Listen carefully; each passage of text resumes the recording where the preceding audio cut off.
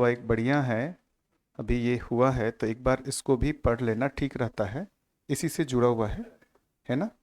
तो मुझे लगता है वो अभ्यास दर्शन में है, उसको अपन कर लेते हैं, पढ़ लेते हैं, वो हमारे लिए अच्छा रहेगा। ये जो पेज नंबर 99 में है, मानवतापूर्ण जीवन में से के लिए सुसंस्कारों का अभाव नहीं है। मानवतापूर्ण जीवन में से के लिए सुसंस्कारों का अभाव नहीं है। तो इसमें बहुत सारे संस्कारों की बात हो रही है। एक पहले जन्म संस्कार, नामकरण संस्कार, शिक्षा संस्कार, है ना, विवाह संस्कार, दीक्षा संस्कार, और उसके बाद आगे देखेंगे जो 106 में जीवन नित्य और जन्म घटना है ना, उसमें वो भी संस्कार को दिया जाए, उसको भी एक बार पढ़ लिया जाए। उसमें 108 में जो बोल्ड में लिखा हुआ है, जीवन में अमरत्व एवं शरीर के नश्वरत व्यवहार के नियम संबंधी संबोधन प्रबोधन प्रक्रिया से मरणोत्तर जीवन में उत्तम संस्कार की स्थापना होती है। मरणासन व्यक्ति में अपनत्व के प्रति विश्वास को स्थापित करने तथा अनिवार्य सेवाओं से संपन्न करने से वेदना विहीन मृत्यु घटना भावी होती है। फलतः मरणोत्तर जीवन में उत्तम संस्कार की स्थापना होती है। वेदना विहीन मृत्यु घटना में मानवतापूर्ण वातावरण अनिवार्य है, जो मरणासन व्यक्ति की तृप्ति का कारण होता है। वेदना विहीन मृत्यु घटना के सहायक क्रियाकलाप ही मृत्यु संस्कार में गण्य है। शैशवावस्था में जिस प्रकार प्यार और स्नेहपूर्ण सेवा शुश्रूषा अनिवार्य है, इसी प्रकार मरणासन्न अवस्था में भी अनिवार्य है। यही मरणोत्तर जीवन में उत्तम संस्कार को स्थापित करता है।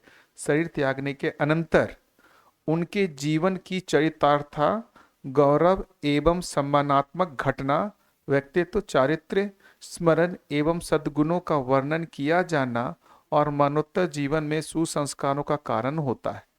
एक तो जब मरणासन स्थिति है तब तक की बात की है, और मरना वो शरीर त्यागने के अनंतर की बात कर रहे हैं। उनके जीवन की चरितार्थता, गौरव एवं सम्मानात्मक घटना, व्यक्तित्व, चारित्र्य, स्मरण एवं सद्गुणों का वर्णन किया जाना मरणोत्तर जीवन में सुसंस्कारों का कारण होता है। साथ ही अनेक अभ्युदय की कामना भी उनके सुसंस्कारों में सहायक सिद्ध होती है, क्योंकि प्रत्येक इकाई द्वारा की गई शुभ कामना का प्रसारण होता है। प्रत्येक प्रसारण ग्रहण के लिए उपलब्धि है। मरणोत्तर स्थिति में भी ग्रहण क्षमता रहती ही है। साधन विहीनता बस भी प्रसारण क्रिया का अभाव होता है। तो ये बोल रहे हैं कि इसके बाद भी हम उनके प्रति जो उनके स्मरण, उनके चरित्र, उनके सद्गुणों का जो भी हम अभी अपने में स्मरण करेंगे, संवाद करेंगे, ये उन तक पहुंचता है। और जो भी उनके जो भी शुभ कामना हम करना चाहते हैं, इसका प्रसारण होता है, ये लिखा हुआ है। तो बढ़िया है। इसमें कुछ किन्हीं को भी उनके बारे में, उनके सद्गुणों का या कुछ भी उनके चरित्र का चित्रण करना हो, अपन कर सकते हैं। उसके बाद इस जिज्ञासा को ले सकते हैं, क्योंकि जो अभी हमने किया उसके लिए यहाँ पर मृत्यु संस्कार भी कहा गया है, तो उसको हम अभ्यास भी कर ले, वो हमारे अभ्यास में भी आ जाए। इसको पूरा को पढ़ा हमने, तो जो मरणासन व्यक्ति के साथ करना था वो तो हुआ ही होगा। शरीर त्यागने के बाद जो अब ये जो लिखा हुआ है उसको हम कर लेते हैं। ठीक है, ये कर लें इसको ऐसा। जी बताइए किन्हीं को। जी प्रभु जी। अच्छा जी।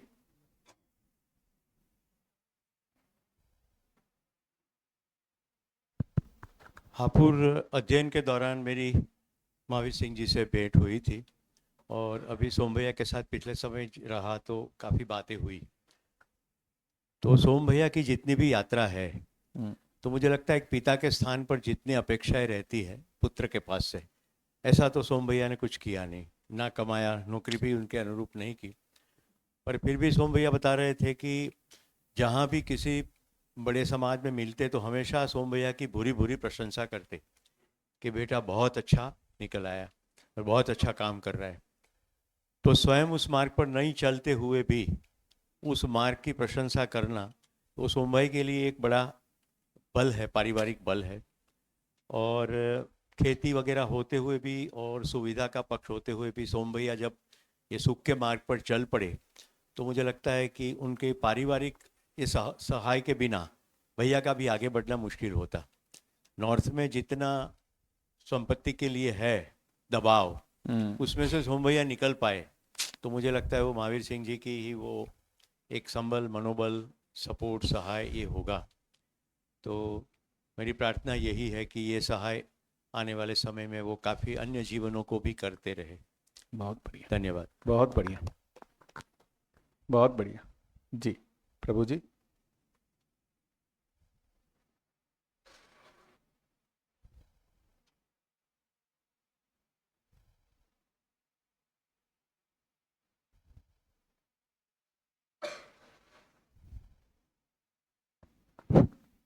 नमस्ते सभी को।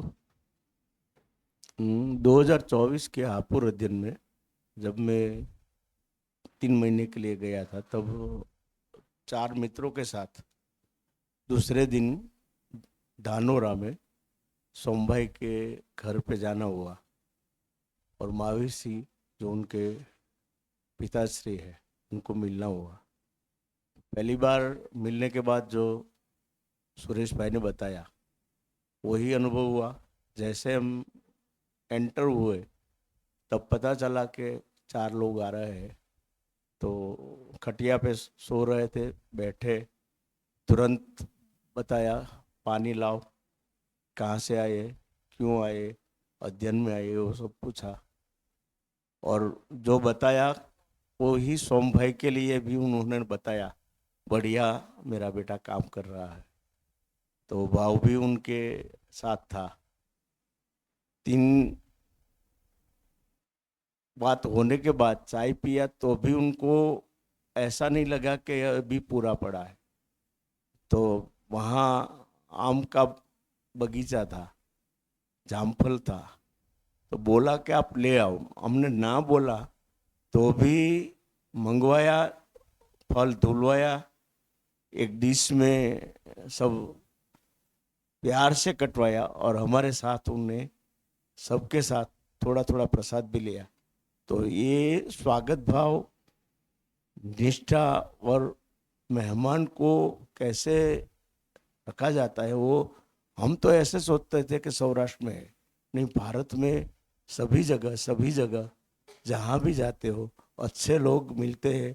और महावीर सिंह इस उम्र में भी पंजाब की बात की थी, उनकी नौकरी की बात की थी, कैसे ये हुआ वो सब किया। तो ऐसा जैसे बताया वो ही हमको भी दिखा। आज याद करके, उनके सद्गुणों को याद करके, उनको जीवन को आगे संस्कारित होकर मानवीयता के लिए काम करे, ये हम सभी की प्रार्थना है। धन्यवाद भैया। ओम शांति। बहुत बढ़िया।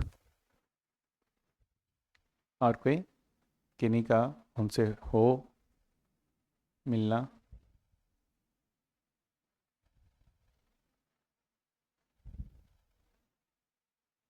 बढ़िया। तो जी। भैया मिलना तो सीधा नहीं हुआ है मेरा उनसे, हम्म, पर जैसे हम बात करते हैं कृतज्ञता की, तो सोम भैया का शरीर भी हमें उनके माध्यम से ही उपलब्ध हुआ है। और कुछ न कुछ तो घर के संस्कार रहे होंगे, तभी भैया इस यात्रा में आगे आए होंगे। तो इस तरह से हमको उनके प्रति बहुत कृतज्ञता। और भैया जो काम सोम भैया पूरे देश में कर रहे हैं, तो उस यात्रा में भैया चाहते हैं कि मानवतापूर्ण परंपरा बने, तो यह जीवन भी आगे उसी यात्रा में और उत्कृष्ट गति करे, ऐसी प्रार्थना है। बहुत बढ़िया।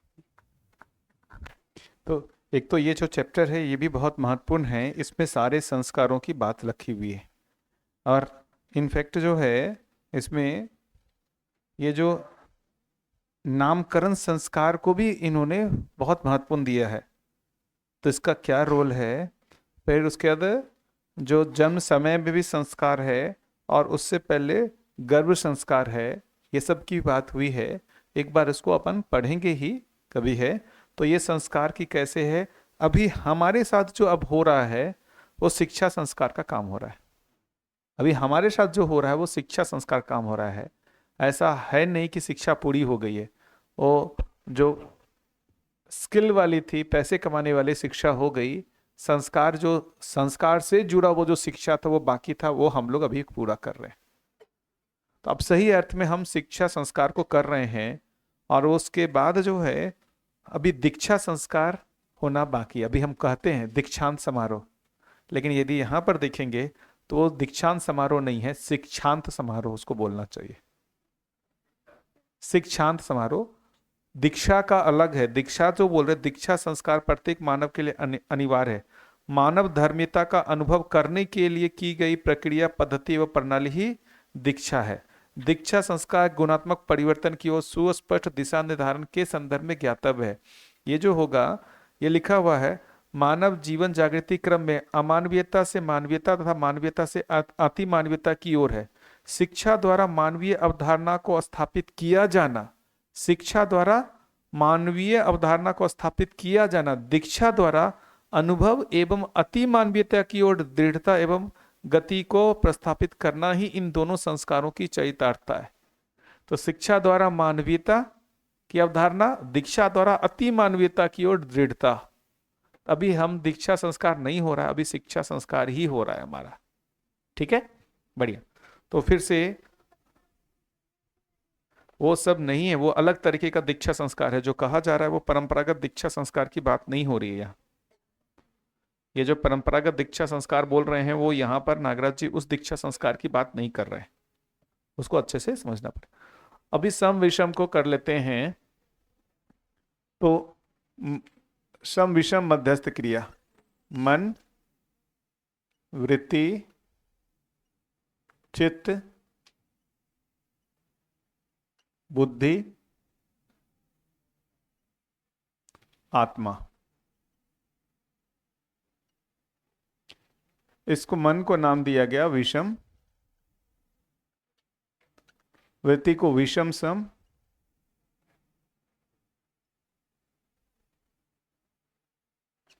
चित्त को सम विषम,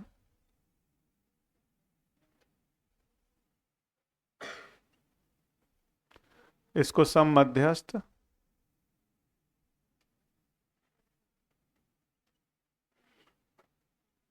और ये मध्यस्थ।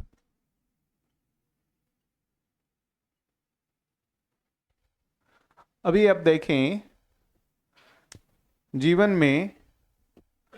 में मन यदि शरीर के साथ तद्रूप होकर, मन में यदि 4 विषय 5 संवेदनाओं की आशा बन रही है, फिर से शरीर संवेदनाओं से तद्रूप होने से जो सम्मोहनवश मन में 4 विषय 5 संवेदनाओं से सुखी होने की क्या हुई, आशा हुई। ऐसी आशा को पूरा करने के लिए वृत्ति में विचार हुआ, चित्त में चित्रण हुआ। तो ये भी विषम, ये भी विषम, ये भी विषम, विषम विषम विषम। उस समय जीवन में क्या स्थिति है, विषम क्रिया। उस समय जीवन में क्या स्थिति है, विषम क्रिया है।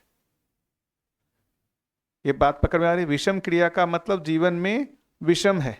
क्या विषम है, मन शरीर संवेदनाओं से सुखी होने के अर्थ में जो इसमें आशा हुई, उसी आशा को पूरा करने के लिए वृत्ति में विचार हो रहा है। ऐसे विचारों के अर्थ में ही चित्त में चित्रण हो रहा है, इसी को विषम कहा। अब इसके उल्टा कि ये जो जीवन है वो स्वयं के साथ तदाकार हो करके, जीवन स्वयं के साथ तदाकार हो करके मैं जीवन हूं, इस जीवन के आधार पर जो बुद्धि में जो जीवन का बोध हुआ है, उसके अनुरूप चित्त में चित्रण, उसी के अनुरूप वृत्ति का विचार, उसी के अनुरूप मन में मूल्यों का आस्वादन, लक्ष्यों का आस्वादन, ये हो गया जीवन में समक्रिया। ये जीवन में क्या हो गया, समक्रिया। उससे पहले मन जब शरीर संवेदनाओं से ही नियंत्रित हो करके मन की आशा, वैसी ही आशा के समर्थन में वृत्ति में विचार, उसी के समर्थन में चित्त में चित्रण हो रहा है, ये विषम है। और सम का जो टॉप वाला स्थिति बताया, ये विषम का सबसे निचला स्थिति बताया, और सम का सबसे टॉप वाला स्थिति बुद्धि में जो अवधारणा हो गई है, उस अवधारणा के अनुरूप जो है चित्त में चिंतन चित्रण हो रहा है, उसके अनुरूप वृत्ति में विचार हो रहा है, उसके अनुरूप मन में मूल्य मूलक लक्ष्य मूलक आस्वादन हो रहा है, उस समय जीवन की स्थिति क्या है? शम। और इसमें स्विचिंग होता रहता है, स्विचिंग होता है। ये सम का टॉप बताया और ये विषम का एकदम लोएस्ट स्थिति बताया। भैया प्रश्न ये है, जब तक बोध पूर्ण नहीं होता तब तक हमारे पास केवल सूचना है कि मैं जीवन हूं और शरीर को चलाता हूं। इस स्थिति में बुद्धि में से कोई सम आता है? अभी जब सूचना जिसको कह रहे हैं ना, वो तो भास आभास चित्त की ही जगह पे हो गया। अभी हम सम होने का ही प्रयास कर रहे हैं। क्या सम होने का प्रयास कर रहे हैं, इसको देखते हैं। हम सम क्या होने का प्रयास कर रहे हैं? चित्त में वो सूचना आ गई, वो चित्रण में आ गया, वैसे चित्रण को हम क्या कर रहे हैं? विश्लेषित कर रहे हैं कि जीवन हूं, सहअस्तित्व है, न्याय है, ऐसा चित्रण का विश्लेषण करके उसके अकॉर्डिंगली मन को आज चलाने का प्रयास कर रहे हैं। तो हम क्या कर रहे हैं? जो विषम हुआ है उसको सम करने का प्रयास कर रहे हैं। बार विषम जाता है फिर से सम, बारंबार विषम जाता है फिर से सम, तो थोड़ा थोड़ा सम भी होने लगा है, थोड़ा थोड़ा सम भी होने लगा है। अब ये सम को जितना अभ्यास करते हैं, अभ्यास क्या कर रहे हैं? सम होने का ही अभ्यास कर रहे हैं। सम होने का अभ्यास का मतलब ये प्रत्यावर्तन हो जाए। प्रत्यावर्तन का मतलब मन वृत्ति, वृत्ति चित्त और चित्त बुद्धि के अनुसार कार्य करने लगे। इसी का हम प्रयास कर रहे हैं, है ना? इसी को पूर्वानुसंज्ञता कहा, अभी परानुसंज्ञता है। तो हम क्या प्रयास कर रहे हैं? इस जो विषम है उसको सीधा मध्यस्थ करने का प्रयास नहीं कर रहे हैं, हम विषम से सम होने का प्रयास कर रहे हैं, विषम से सम होने का प्रयास कर रहे हैं। ये बार बार जो मानवीयता को चित्रित करना, मानवीयता को विश्लेषित करना और उसी मानवीयता के अनुरूप हमारा व्यवहार कार्य होने लगना, ये बेसिकली क्या है? सम होने का प्रयास है। ये क्या है? सम होने का प्रयास। इसी को दूसरे भाषा में प्रवृत्ति और वृत्ति लिखा गया। प्रवृत्ति और व्यस्त, व्यवस्थित एवं ओतप्रोत पाई जाती है। ये ठीक है? तो अभी ये जो जिसकी बात किया हमने कि मन शरीर संवेदनाओं से सुखी होने की आशा, मन की आशा के समर्थन में वृत्ति में विचार, ऐसे विचार के समर्थन में चित्त में चित्रण, इसको प्रवृत्ति बोल रहे हैं। इसको क्या बोल रहे हैं? प्रवृत्ति। इसको क्या बोल रहे हैं?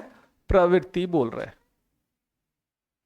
इसको बाबा जी संस्कार नाम भी नहीं दे रहे, इसको संस्कार भी नहीं कह रहे हैं, इसको प्रवृत्ति बोल रहे हैं। इसको कोई संस्कार नहीं बोलते, इसको क्या नाम दे दिया उन्होंने? प्रवृत्ति नाम दे दिया। इसको संस्कार कहा ही नहीं। बोले इसको ये क्या संस्कार होता है? उन्होंने संस्कार सही अर्थ में ही प्रयोग किया है। हाँ, एक जगह उन्होंने कुसंस्कार भी कहा है। कुसंस्कार पेज नंबर 42 में मानव व्यवहार दर्शन में उन्होंने लिखा है, सुसंस्कार और कुसंस्कार लिखा है। कुसंस्कार में उन्होंने लिखा है जीवों के सदृश जीने की प्रवृत्ति। पेज नंबर 42 में वो क्या लिखा है उन्होंने? जीवों के सदृश जीने की प्रवृत्ति। तो जीवों के सदृश जीने की प्रवृत्ति का क्या मतलब हुआ? जो ये कह रहे हैं, 4 विषय 5 संवेदनाओं से सुखी होने की आशा। 4 विषय 5 संवेदनाओं से सुखी होने की आशा का मतलब मैं शरीर हूं और शरीर मूलक मन में आशा, वैसी आशा के अनुरूप वृत्ति में विचार, वैसे विचार के अनुरूप चित्त में चित्रण। अब मजेदार बात है ना, उसी के नीचे और लिखा हुआ है, विकास की ओर कुंठित करने वाली प्रवृत्तियां जो मानव द्वारा व्यवहृत है तथा विचार रूप में अवस्थित है, अर्थात ह्रास की ओर गति योग्य प्रवृत्तियां एवं विचार कुसंस्कार है। अब इसको कई बार जो पूछने जाए ना, बाबा जी मेरा जो क्या पूर्व संस्कार? कोई संस्कार नहीं है तुम्हारा, सीधा कोई संस्कार नहीं है। वो संस्कार को वो यहां पर जाकर स्थापित कर रहे हैं। जो ये जो बोल रहे हैं ना, ये एक मिनट, इसमें संस्कार को भी कर देता हूं। बुद्धि में प्राप्त जो अवधारणा है उसी को संस्कार बोल रहे हैं। एक जगह ये भी आया है, ये जो संस्कार है, बुद्धि में प्राप्त अवधारणाएं ही संस्कार हैं। ये कहाँ पर आया हुआ है? एक जगह मानव व्यवहार दर्शन में, कौन सा पेज? बुद्धि में प्राप्त अवधारणाएं ही संस्कार हैं, ये कहीं पर आया हुआ है। पेज नंबर कहीं पर उसको सर्च मारेंगे। हाँ, कितना? 58।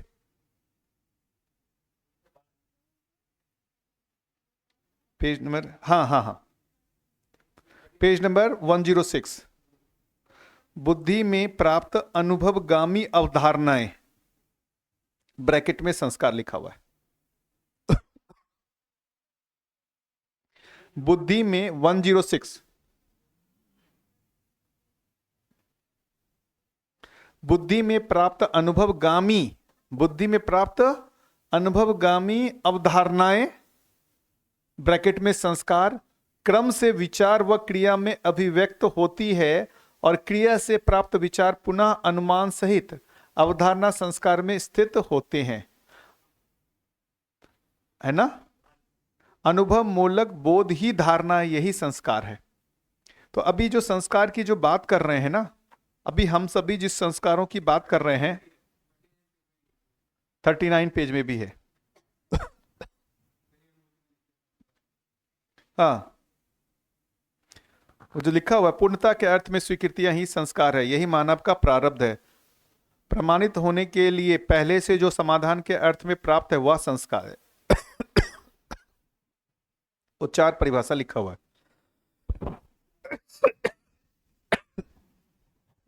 तो फिर से इसको दूसरे तरीके से देखें। भ्रम कहां तक जाता है? चित्त तक। बुद्धि में भ्रम नहीं जाता, इसीलिए विषम यहां नहीं लिखा हुआ है। अब ये देखिए, विषम कहां तक लिखा हुआ है? चित्त तक ही लिखा हुआ है। बुद्धि में विषम लिखा हुआ है, इसका मतलब इस विषम का प्रभाव यहां तक जाता है, यहां नहीं जाता। ये विषम है, यहां तक विषम लिखा हुआ, चित्त तक। मतलब ये जो मन में जो शरीर मूलक जो प्रवृत्तियां होती हैं, उसका प्रभाव चित्त तक जाता है। और जो सारे 4 क्रिया जिसको कह रहे हैं, यही है सारे 4 क्रिया। जो विषम क्रिया है, यही सारे 4 क्रिया है। जो विषम क्रिया है, वही सारे 4 क्रिया है। अब हम क्या कर रहे हैं? इसी विषम से सम की ओर जाने का प्रयास कर रहे हैं। तो बुद्धि के अनुरूप मन वृत्ति चित्त हो जाए, इसी का हम प्रयास कर रहे हैं। कल जो मैंने वो भेजा था ग्रुप पे, जिसको हमने पढ़ा था, उसमें एक जगह वो लाइन आया था, मैं उसको एक बार फिर से रीड कर देता हूं। वो ग्रुप पे आया था, वो कौन सा ग्रुप है अपना? हाँ, माना। उसमें जो एक मैसेज मैंने डाला था ना कल, हाँ, उसमें ये था,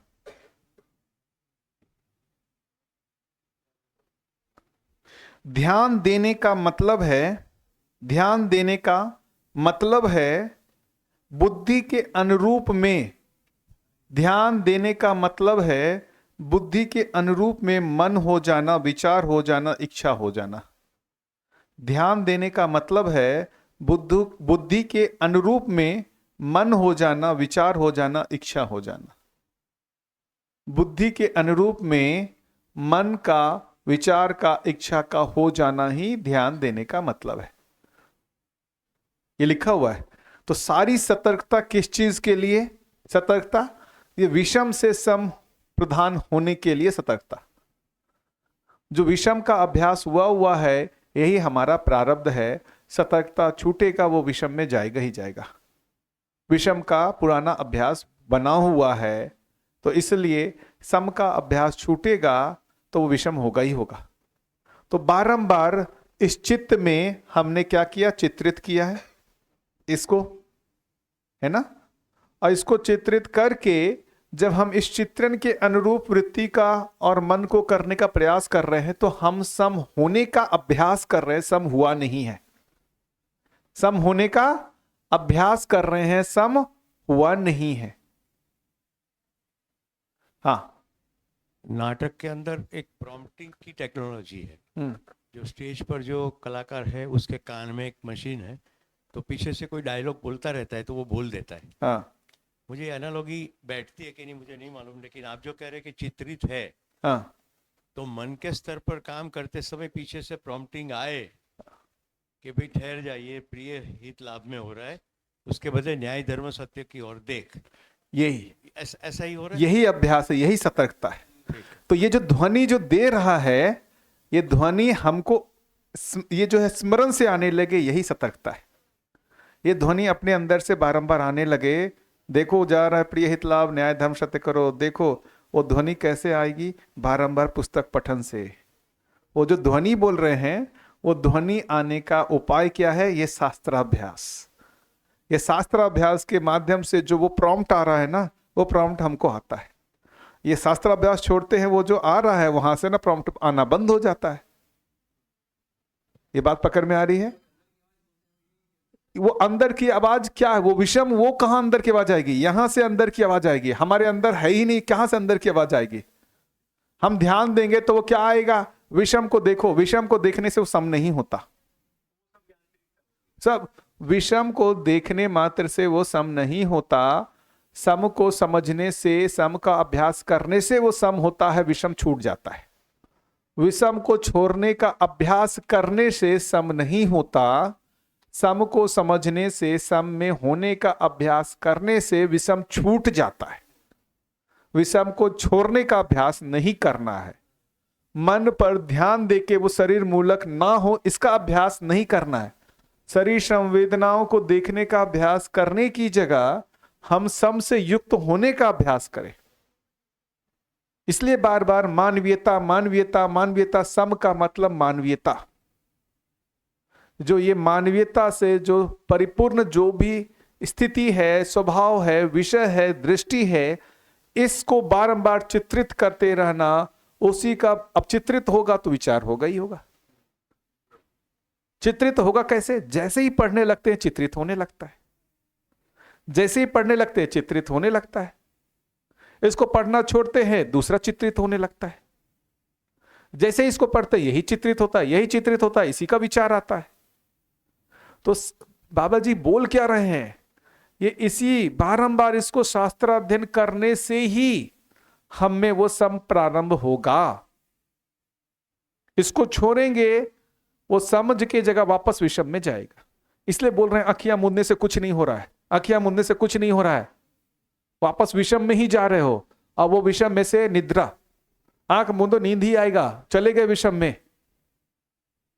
कितने लोगों को आंख मूंदते हैं जिज्ञासा तुरंत नींद आती है, आंख मूंदते हैं ध्यान देने के लिए नींद आ जाती है, आंख मूंदते हैं ध्यान देने के लिए नींद आ जाती है, आ जाती है ना। वो नींद आना मतलब क्या, वही वो विषम में जाने का गहरा अभ्यास हुआ है, इसलिए विषम में जा रहा है। वो जीवन का प्रारब्ध है, प्रवृत्ति है, वो विषम में जाने का। आहार निद्रा भय में तो निद्रा बना हुआ है, उसमें जाता है वो बारंबार बारंबार, उसका विषम का गहरा अभ्यास हुआ है, वो विषम में जाता है, अपने आप जाता है। सतर्कता यही है कि विषम की जगह सम में होने का अभ्यास, विषम से छूटने का अभ्यास नहीं, अनुचितता से मुक्ति के लिए अभ्यास नहीं, उचित जो है उसमें होने का अभ्यास। तो विषम से मुक्त होने का अभ्यास नहीं, सम से युक्त होने का अभ्यास। अमानवीयता से मुक्त होने का अभ्यास नहीं, मानवीयता से युक्त होने का अभ्यास। एकदम ही कह रहे ना, इसलिए जो लिखा हुआ है, कोई भी साधना पद्धति इसको छूता नहीं है। जो बाबा जी ने कल हमने पढ़ा था ना, अभी तक की कोई भी प्रचलित साधना विधि इसको नहीं छूता, क्योंकि मानवीयता का स्वरूप ही नहीं है। मानवीयता का स्वरूप कुछ अलग तरीके से ही दिया हुआ है। तो बारंबार जो ये हम अभ्यास कर रहे हैं कि सम होने का, इस सम का मैक्सिमा कहां है? बुद्धि में अवधारणा, यही है उस सम का टॉप।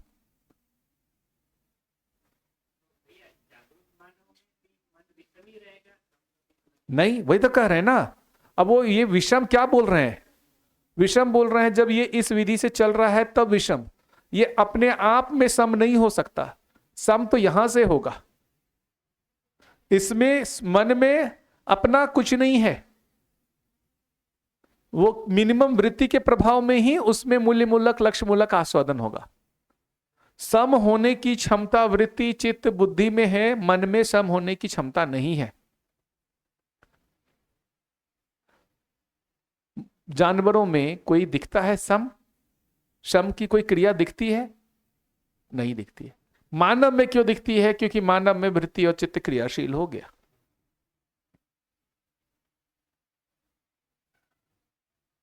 तो विषम सम का मतलब हुआ कि जब हम इस विधि से जा रहे हैं तो ये विषम है, तो ये वृत्ति को भी विषम कर दे रहा है, चित्त को भी विषम कर दे रहा है। ये खुद से सम नहीं कर सकता कि ये खुद सम कर ले, इसको भी सम कर दे, इसको भी सम कर दे, नहीं। सम होगा तो वृत्ति से ही होगा। ये ठीक है? तो सम कहने का मतलब सम की प्रकाष्ठा कहां हो गई? अवधारणा। अवधारणा की स्थिति में कैसा होगा? हमारा जीना लगभग मानवीय स्वभाव विषय दृष्टि में हो जाएगा, लगभग। लेकिन अभी भी संभावना बनी हुई है, अभी भी संभावना बनी हुई है विषम की। इसीलिए मध्यस्थ की आवश्यकता है, इसीलिए मध्यस्थ की आवश्यकता है। यदि यहीं से ये पूर्ण हो गया, मध्यस्थ की आवश्यकता ही नहीं है। और परंपरा में इसको थोड़ा सा रोक लें भैया।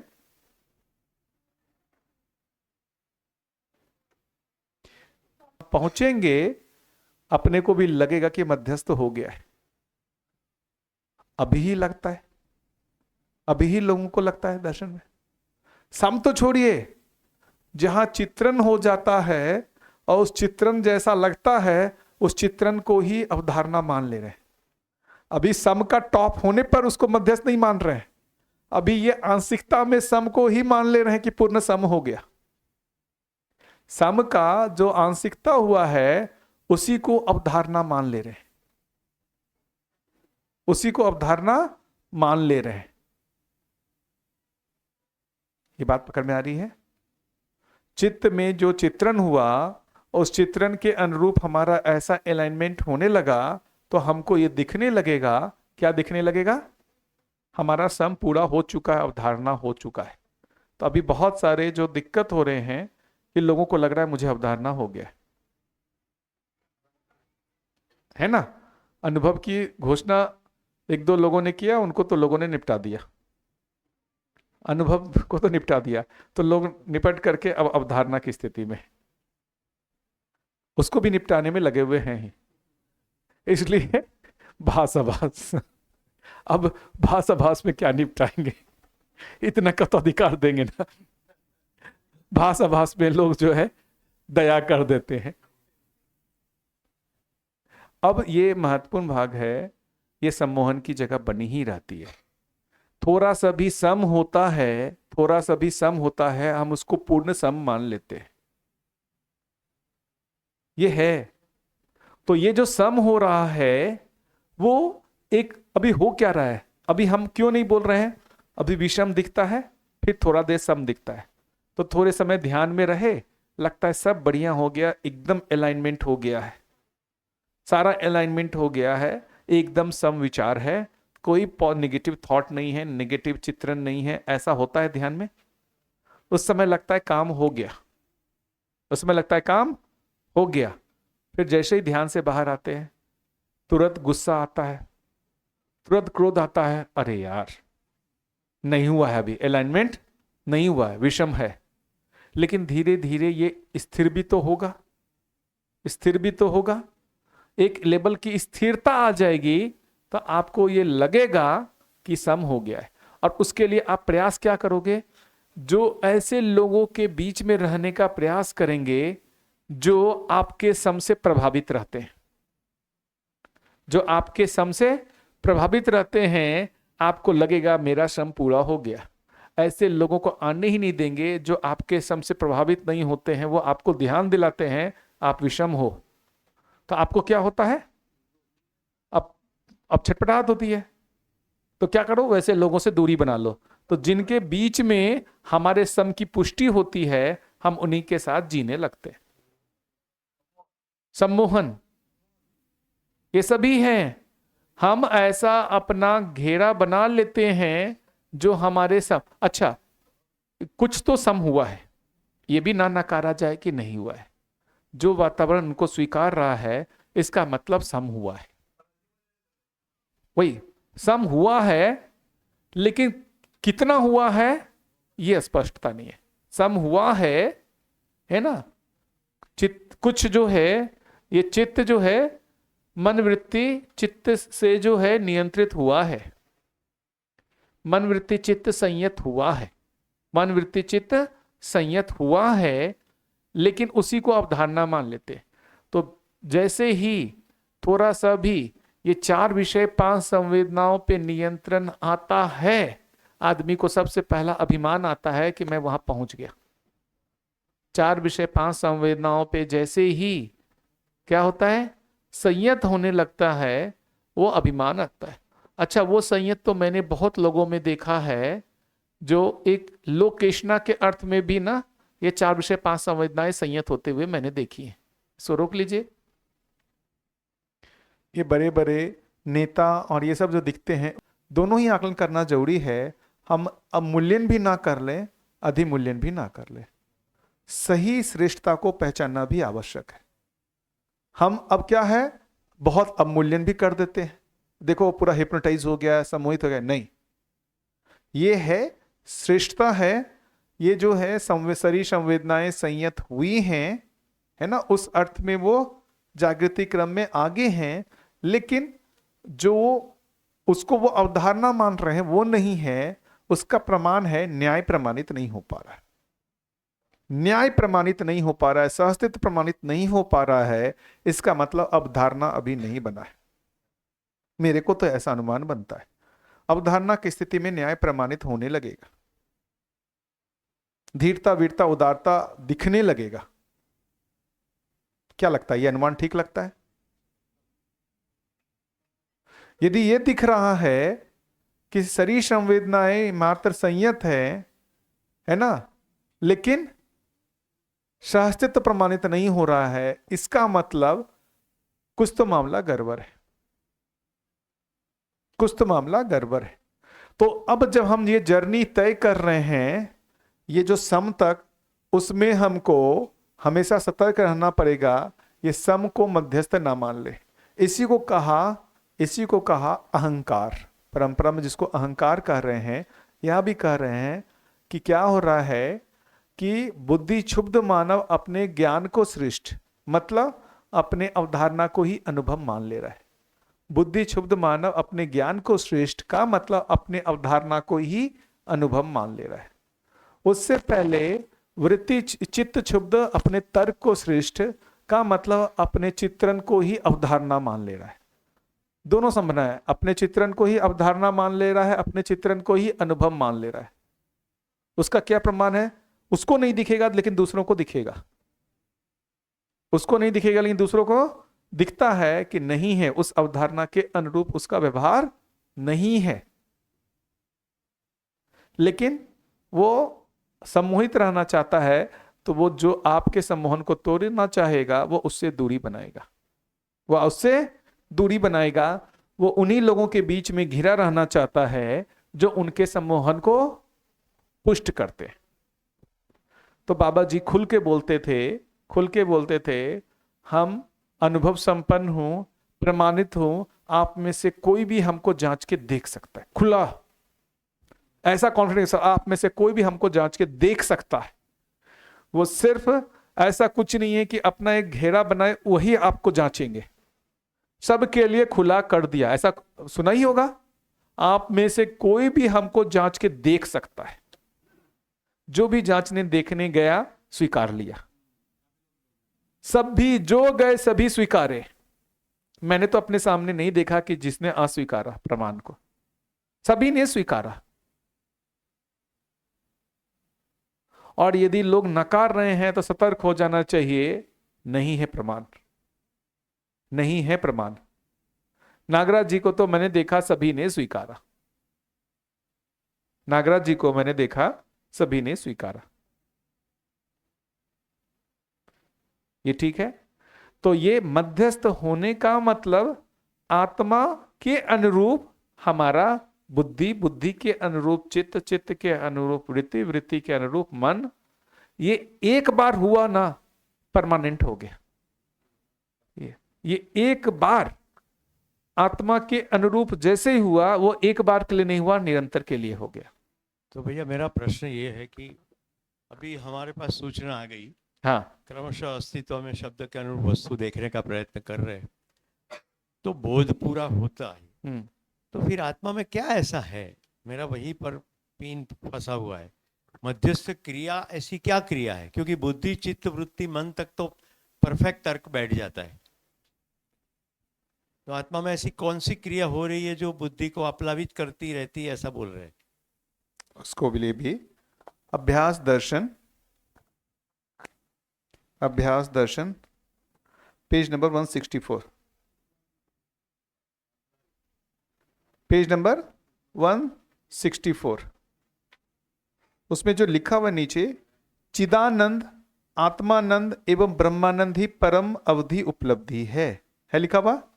चिदानंद, आत्मानंद एवं ब्रह्मानंद ही परमावधि उपलब्धि है। यही अभ्यास का संपूर्ण लक्ष्य है।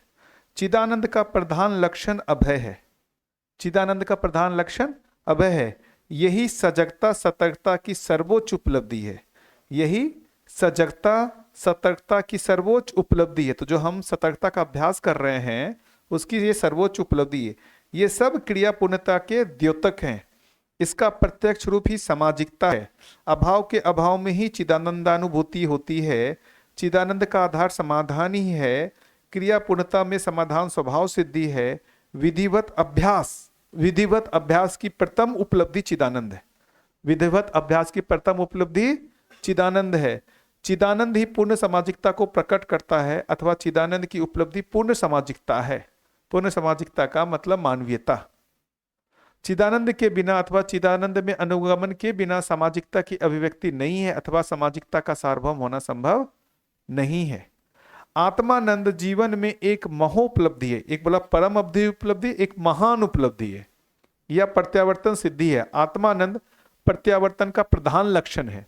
मानवता पूर्ण जीवन से समृद्ध होने के अनंतर ही प्रत्यावर्तन प्रक्रिया संपन्न होता है। आत्मा अनुशासित जीवन का प्रतिष्ठित होना ही प्रत्यावर्तन का प्रधान लक्षण है। आत्मानुशासित जीवन का प्रतिष्ठित होना ही प्रत्यावर्तन का प्रधान लक्षण है। आत्मानुशासित जीवन स्वतंत्रता पूर्वक मानव को अभिव्यक्त करता है, साथ ही देव मानव पद में प्रतिष्ठित होता है। देव मानव में निवृत्ति परिचय होता है। अभी क्या हुआ? 3 वर्ड है, प्रवृत्ति, वृत्ति और निवृत्ति।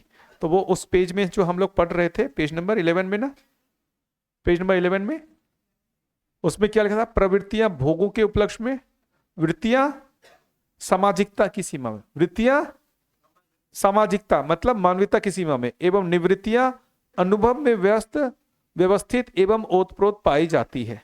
अवधारणा में ही सामाजिकता व उद्घाटन है। देखिए, अवधारणा में ही सामाजिकता व उद्घाटन है। वृत्तियां सामाजिकता मतलब अवधारणा में वो सामाजिकता आ जाएगी, मानवता के जैसा जीने का लगभग आ जाएगा। हाँ या ना? देख के पढ़िए उसको।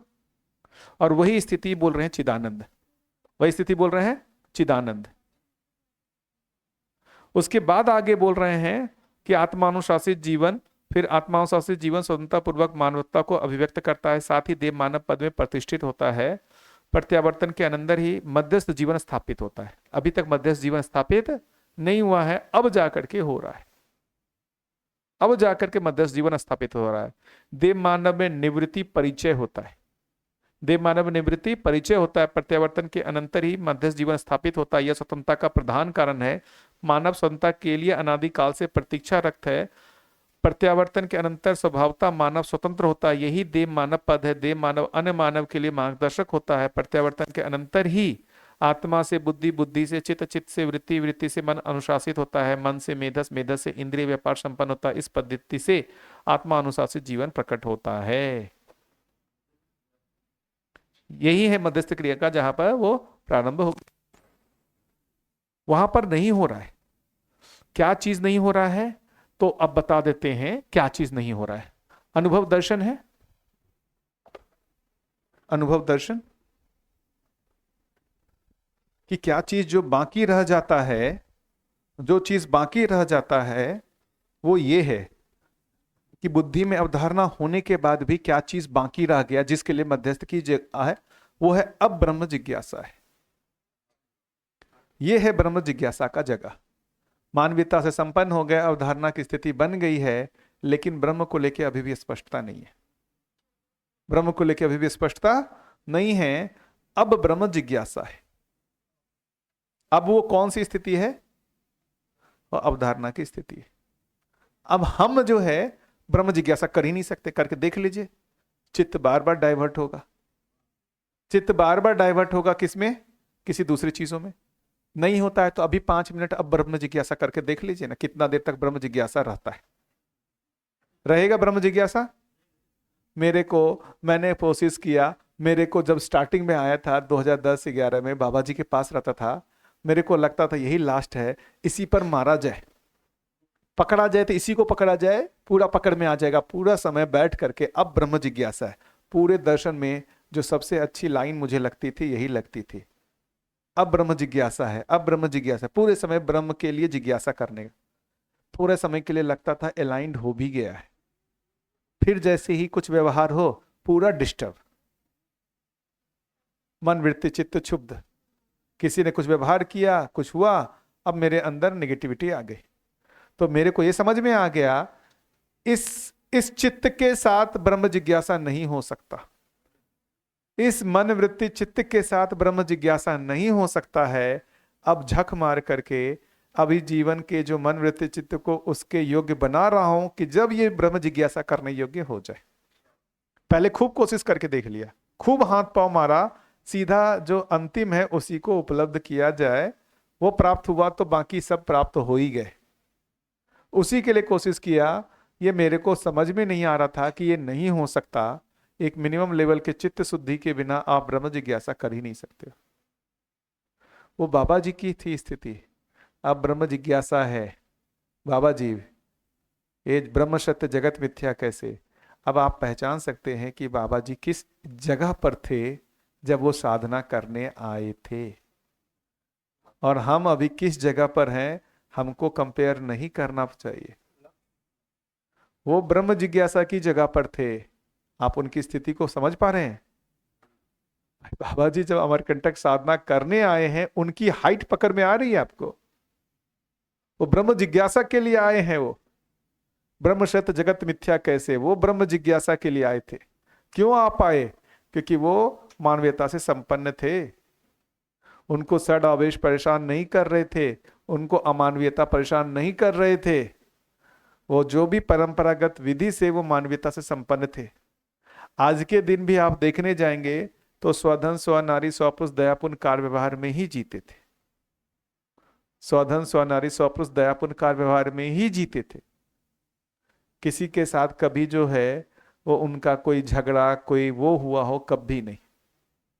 वो साधना से पहले उनकी वो स्थिति थी, तब वो ब्रह्म जिज्ञासा कर पाए, वहां पहुंच पाए।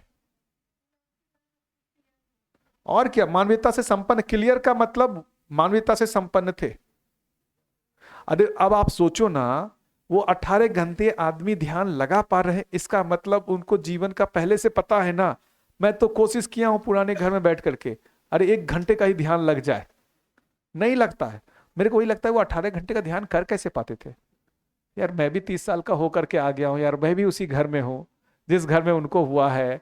सारा कुछ वातावरण वही है ना, सब कुछ वही उपलब्ध है। मेरा क्यों नहीं हो रहा है? 18 घंटे नहीं, चलो 1 घंटे से शुरुआत करें, नहीं होता है। इसका मतलब उनमें वो मैं जीवन हूं तीव्र जो है वो स्वीकृतियां बनी हुई थी उनमें। इसीलिए उनमें ये जो विषम जो क्रिया है वो चलता ही नहीं था। विषम क्रिया उनमें चलता ही नहीं है। मेरा अनुमान है उनमें विषम था ही नहीं। वो सम से ही शुरुआत कर रहे हैं शरीर यात्रा। क्या तकलीफ इसमें? किसी को जो है क्या कंपटीशन करना है? फिर से वही श्री राम भैया की बात, वो कि जिस लॉट के थे उसमें पहला काम उनका हो चुका है, वो शरीर यात्रा सम के साथ ही शुरुआत कर रहे हैं। क्या तकलीफ? हमको पहचानना पड़ेगा वो सम के साथ करके हम विषम से सम होकर के ही मध्यस्थ होंगे। विषम से सम होकर ही मध्यस्थ करेंगे तो जो बुद्धि की अवधारणा की जगह पर ना, वहां पर आदमी यदि सम्मोहित हो गया तो वो अभी से हमारे लिए सम्मोहित होने का अवसर कम है। हालांकि हो तो रहे हैं लोग, इसलिए कम ना कहा जाए।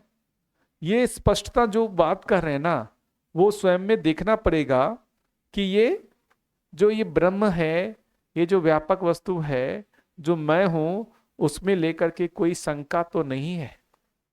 अभी तो शंका दिखती है ना अपने में। क्या अवधारणा की स्थिति में शंका का पूरा समाधान हो जाएगा? मुझे लगता है नहीं होगा, नहीं होगा। वहां भी जिज्ञासा बची रहेगी। कौन जिज्ञासा करेगा? बुद्धि जिज्ञासा करेगा, ये ब्रह्म क्या है। और उसके आगे लिखा है, मैं और मेरा के संदर्भ में निभ्रांति अथवा असंदिग्धता में से के लिए ब्रह्म जिज्ञासा है। मैं और मेरा, समाधि की स्थिति उनकी हो चुकी है। मैं, मेरा, मैं का मतलब मैं कौन हूं, मेरा मतलब मन वृत्ति चित्त बुद्धि, ये जो बोल रहे हैं ना, चैतन्य इकाई के मध्यांश की संज्ञा मैं है, जो आत्मा के नाम से अभिहित है। मैं से मन वृत्ति चित्त और बुद्धि का वियोग नहीं है। तो ये क्या बोल रहे हैं? मैं किसको बोल रहे हैं? आत्मा को। मेरा किसको बोल रहे हैं? मन वृत्ति चित्त बुद्धि को। उसको मैं बोल भी नहीं रहे, उसको क्या बोल रहे हैं? वो मेरा। मैं किसको बोल रहे हैं? आत्मा। मैं किसको बोल रहा हूं? आत्मा को। और मेरा किसको बोल रहे हैं? मन वृत्ति चित्त बुद्धि। जैसे बोलता है ना, ये मेरा शरीर है, वो बोल रहा है ये मेरा बुद्धि है। आत्मा, ये मेरा बुद्धि है, चित्त है, वृत्ति है, मन है। उसको मैं बोल ही नहीं रहे। मैं किसको बोल रहे हैं यहां पर? आत्मा को। लिखा हुआ है, चैतन्य इकाई के मध्यांश की संज्ञा मैं है, जो आत्मा के नाम से अभिहित है। अभी भाषा कैसे बनता है?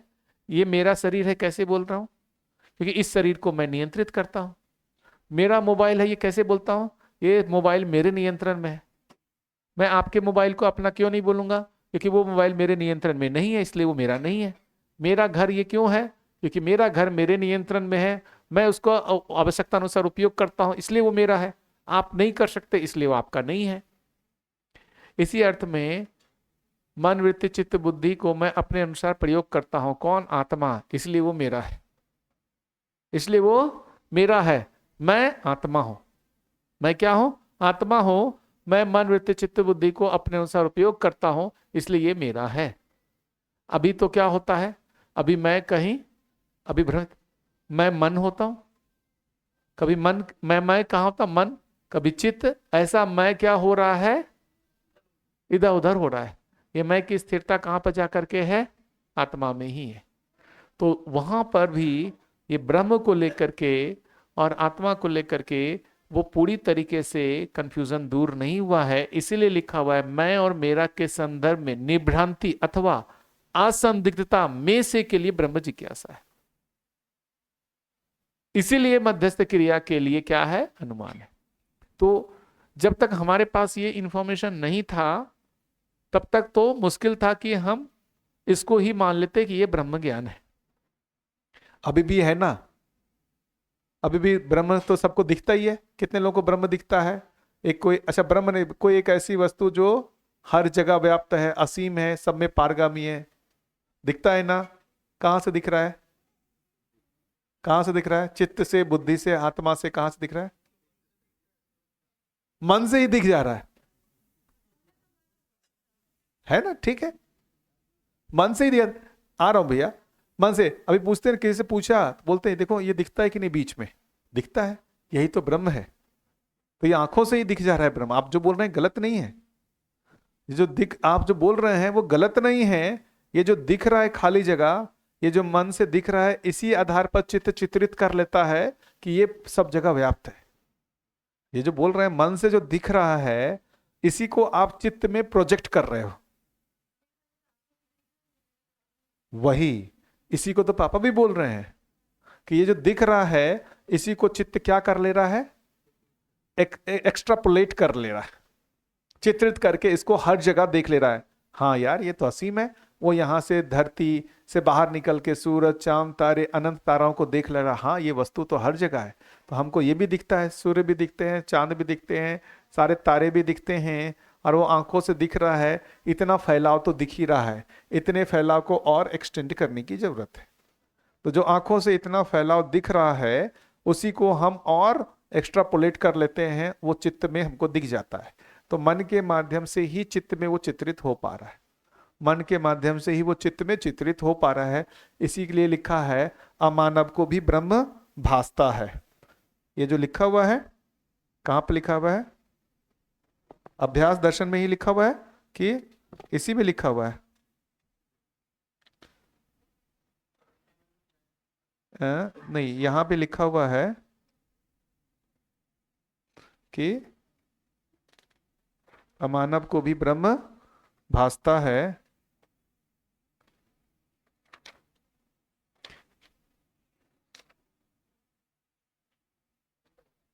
कहां पर है कुछ?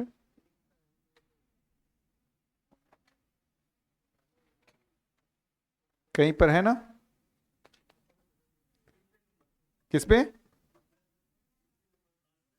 क्या है उसको एक बार रीड कर दीजिए तो।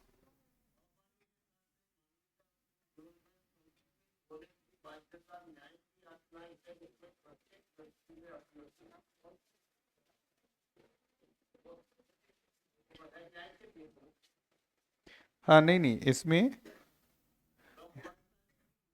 नहीं, वो है इसमें जो है अमानव को भी ब्रह्म भासता है। ये इसको एक बार सर्च कर लीजिए ना, तो बढ़िया अपने पास आ गया है।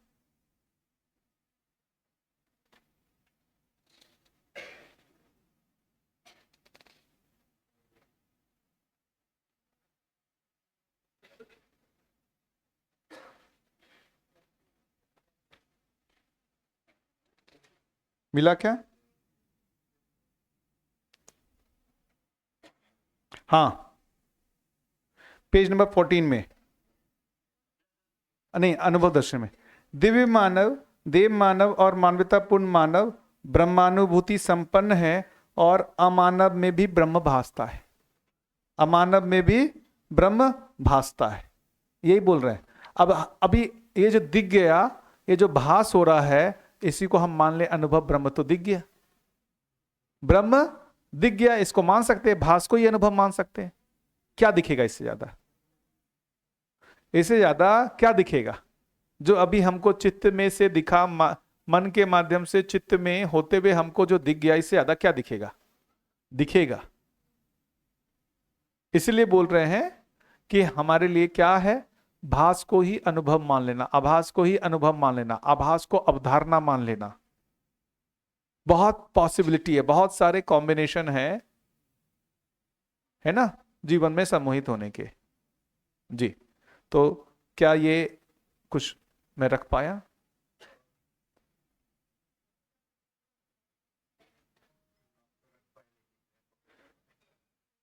ये है जीवन में अवधारणा की स्थिति में भी वो शंका का पूर्ण समाधान नहीं होता। वो ब्रह्म को लेकर के असंदिग्धता बनी ही रहती है। नहीं, मैं उसको ऐसे देखता हूँ, अभी आपने जितना कहा आप ठीक कर सकते हैं। जितना पूरा सहअस्तित्व की सजावट है, उसका समझ का काम बुद्धि में अवधारणा बोध तब तक पूरा हो गया। जब आप ब्रह्म जिज्ञासा बोल रहे हैं कि ये कैसे है, व्यापक कैसे, और व्यापक में ये कैसे सब डूबा भिगा घिरा होने से हो रहा है, ऐसी मेरे अंदर जिज्ञासा बने और उसकी तृप्ति क्या आत्मा में होगी, ऐसा है? बिल्कुल, आत्मा में ही उसकी तृप्ति होगी। और वो तृप्ति होना फिर मध्यस्थ क्रिया होगी। मध्यस्थ, जब तक वो तृप्ति नहीं होती तब तक इंटेलेक्चुअल एक्सरसाइज है। हाँ, इंटेलेक्चुअल एक्सरसाइज ना कहें, वो एक जागृति क्रम है। जागृति क्रम है। देखिए, कुछ लेवल की जिज्ञासा तो शांत हो ही गई होगी। नहीं भैया, मैं ये तो देख रहा हूँ कि जैसे जितनी जितनी समझ पड़ती है, वैसे जिंदगी का जो भी उलझने थी वो तो सॉल्व हो ही रही है। हाँ बिल्कुल। पर मेरा हमेशा ये रहता है कि वो फिर तो संवेदनशीलता का मामला ही है। पहले भी अच्छा ही जी रहे थे और थोड़ा और बेहतर अच्छे हो गए, पर ये मूल जो बात है ब्रह्म जिज्ञासा वाली। इसलिए तो देखिए, अभी हम यहां से रह करके उस स्थिति का अनुमान करना चाह रहे हैं, उस स्थिति में क्या होता होगा। ये भी तो सोचने वाली बात है। अभी हम जिस जगह है और किस जगह का अनुमान करना चाह रहे हैं, ये भी तो सोचने वाली बात है। इसलिए अभी वो भी क्या कहलाएगा? कौतूहल ही कहलाएगा। मैंने खूब कौतूहल किया, फिर उसको रख दिया बगल में। करना है ब्रह्म जिज्ञासा, लेकिन मानवीयता से संपन्न होने के बाद, बस मानवीयता से संपन्न। यदि जब तक हमारी मानवीयता से संयत नहीं हो जाते हैं, हम ये मन वृत्ति चित्त तंत्रित, पहले अल्प जागृत, फिर मन वृत्ति चित्त बुद्धि तंत्रित, अर्ध जागृत जब तक नहीं हो जाते हैं, तब तक ऐसी जिज्ञासा हो ही नहीं सकती, वो कौतूहल रहेगा। ऐसी जिज्ञासा हो ही नहीं सकती, कौतूहल रहेगा। तो तब तक जो पूरा कार्यकलाप है वो रिस्ट्रेंट जैसा रहेगा, फिर धीरे मानवीय- धीरे वो सहज होता जाएगा अवधारणा बिल्कुल। पहुंचते तक। ये सतर्कता, सजगता, सहजता। हाँ, तो ये सतर्कता का उपलब्धि क्या है? सजगता, मानवीयता से संपन्न हो जाना। अब हमको सतर्क रहने की आवाज नहीं, जाग गए, सजगता हो गई, सजगता हो गई है। लेकिन अभी सतर्क, उससे पहले तो सजगता तो हुई नहीं है, बार बार हम क्या होते हैं, सो जा रहे हैं, बेहोश हो जा रहे हैं। इसके लिए सतर्कता, तो सतर्कता को बार बार बार बार बार बार बार बार करते करते करते करते करते करते करते करते एक ऐसी स्थिति आ जाएगी जहां सजगता बनी रहेगी, और उससे और आगे सहजता, जहां पर सजगता के लिए नहीं, वो हमारा नेचुरल हो गया। मध्यस्थ जो होता है वही सहजता है। तो अवधारणा में सजगता है, अनुभव में सहजता है।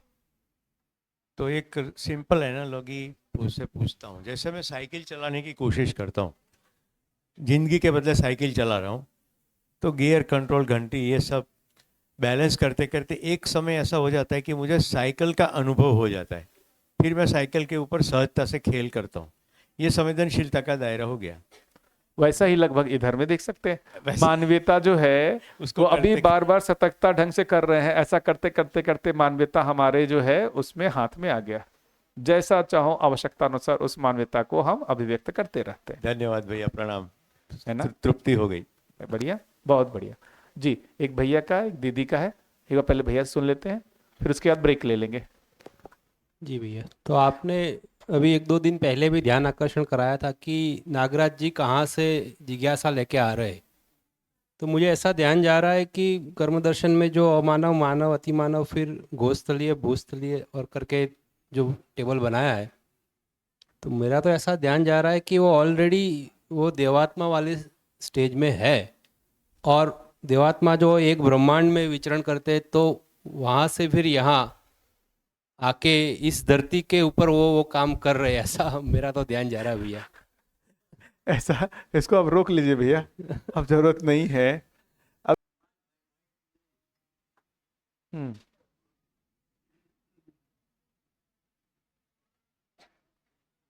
भैया सम और मध्यस्थ में सम का तो पता चल रहा है, मध्यस्थ तो सहजता।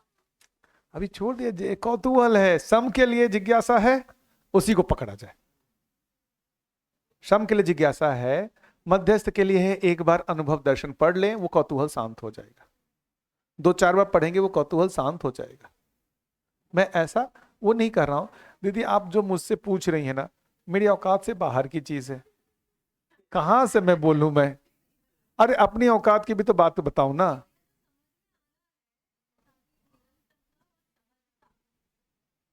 आ जाएगा दीदी, वही है। मेरी औकात मानवीयता के लिए ही प्रेरणा देने की है, मैं खुद भी उसी के लिए प्रेरित कर रहा हूं। आप उस जगह से प्रश्न पूछ रहे हैं, कहां से बोलूं? मैं बोलूंगा इसको पढ़ लीजिए। मैं पढ़ करके मैंने एक बढ़िया, मेरे को स्वीकार हो गया है ऐसी एक स्थिति होती है, उसको भी पाना है, ये मेरे लक्ष्य में है, ये मेरे लक्ष्य में है, इसको मैंने स्वीकार लिया है। लेकिन उससे प्राथमिक है मेरा लक्ष्य मानवीयता से संपन्न होना, इसीलिए मेरा उधर अब कौतूहल नहीं जाता। बात मैंने पढ़ करके मैंने उसको स्वीकार लिया है कि ये है लक्ष्य, प्रथम मानवीयता, देव मानवीयता, दिव्य मानवीयता, इस ब्रह्मानुभूति को प्राप्त करना, ब्रह्म ज्ञान को प्राप्त करना, आत्मा में अनुभव होना, ये मेरा लक्ष्य है। लेकिन अभी प्राथमिकता देखूंगा, मेरा जो जीना है वो मानवीयता से जुड़ा हुआ है। ये ठीक लगता है दीदी? मतलब कुछ तो मेरे को भी बख्श दिएगा ना, मेरे भी तो औकात है। आप हर तरीके की जिज्ञासा का उत्तर चाह रहे हैं, लेकिन मैं उसमें बता रहा हूं कि मैं अभी इसी के लिए सोचता हूं, इसी के लिए प्रेरित करता हूं। नागराज जी होते वो करते उसके लिए, है ना? क्योंकि बार बार हम कौतूहल प्रधान हो जा रहे हैं, जिज्ञासा प्रधान होने की जरूरत है। ये ठीक लगता है दीदी? ये सभा में सभी लोगों को ठीक लगता है क्या? मानवीयता ही प्रधान रूप में हमको अभी टारगेट लेके चलना पड़ेगा, मानवीय स्वभाव विषय दृष्टि को ही प्रधान रूप में लेके चलना पड़ेगा।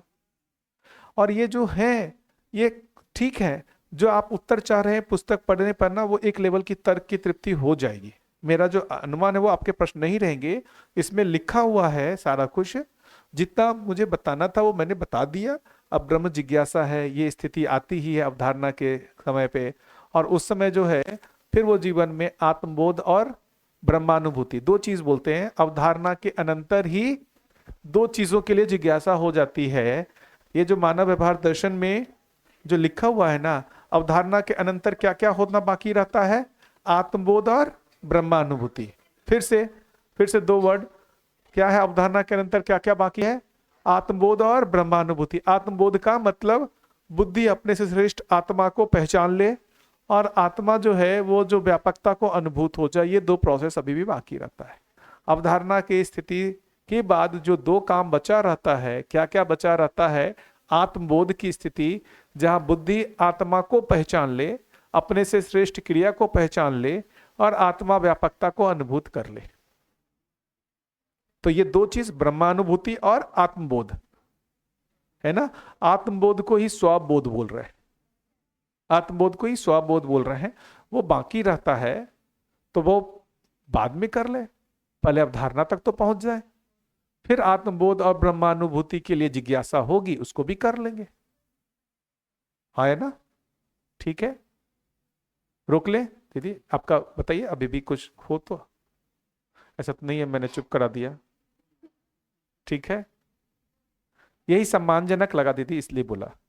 सम्मानजनक यही लगा, इसलिए बोला।